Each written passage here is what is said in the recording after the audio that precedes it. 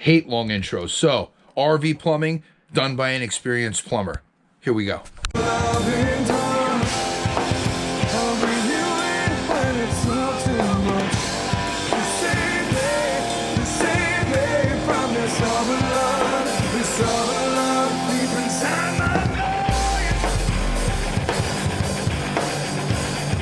Okay guys, good place to start. That is my water feed. Water feed comes and fills my 40-gallon tank from Rec Pro. Self-priming DC pump. Feeds the kitchen sink. Feeds my EZ-101 tankless hot water heater. Vented out the side of the bus. There is my shower body. Two-handled shower body, so I don't have to waste any mixing water. All right, now for the long version. Here we go. All right, guys, so that's a frost-free Silcock. And that feeds in here. You can see this. That's my water feed. Here's how the water traces. It comes in here. It goes to this T. And it splits off. On the one side, it goes and fills up my water tank. This water tank is vented outside. It's open so that it can fill. It doesn't get there's no vacuum created, and there's no the air can escape when you fill it. And then from there, when the water tank is full, this is my feed from the water tank. It comes out. This is a hose so I can empty it. This is my fill. My fill comes out of this tank from here, heads over to my 12-volt self-priming DC pump. 12-volt DC, so that doesn't need a switch. It just primes when I turn on the water. From that pump, it exits the pump there, comes out, and it heads to my house. Now, what you'll see here also is that this T doesn't only feed my water tank, it also feeds my house. And if I open this valve and shut these two valves, I will isolate this tank and that pump, so they're out of the mix. And that way you can run, if you're connected to shore water or a hose, you don't need to involve the water tank because it's obviously open, and I wouldn't want to put street pressure in here. There's no reason to have my pump at that point because I have house pressure. So what I did was I put what's called a jumper in, and this is the jumper. Yeah, shut this one and this one. Now that isolates the tank and the pump, and the water can go directly to my house here. So these are out of the loop.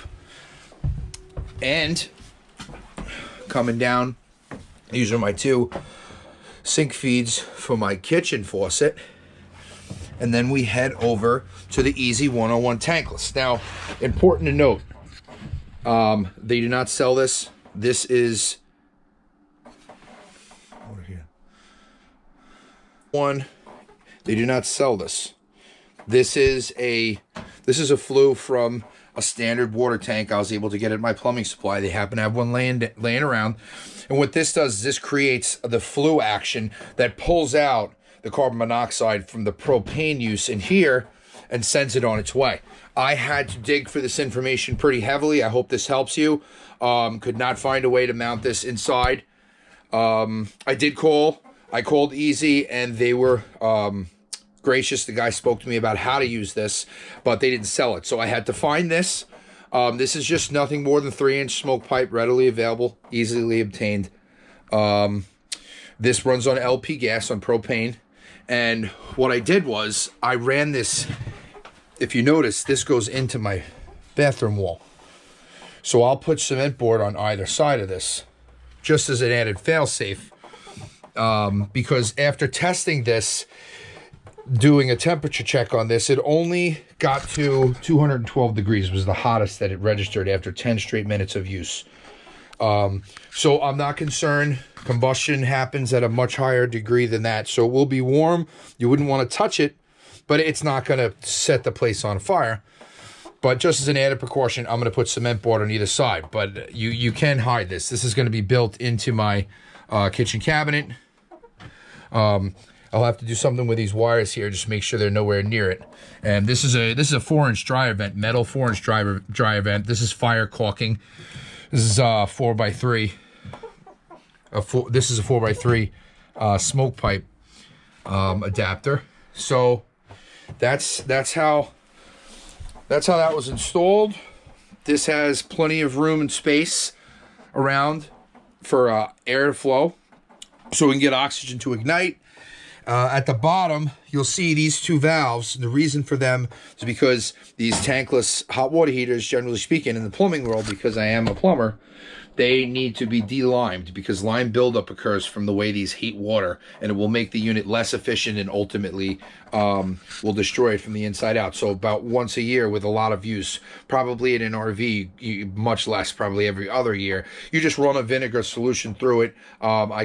There's plenty of videos for that out there, how to de-lime a tankless hot water heater. So that's that, but I left these out. These will be underneath my kitchen cabinet so that they're easily accessible. I'll isolate the water with these valves, and then I will run my vinegar solution through here for about 40 minutes with a pony pump.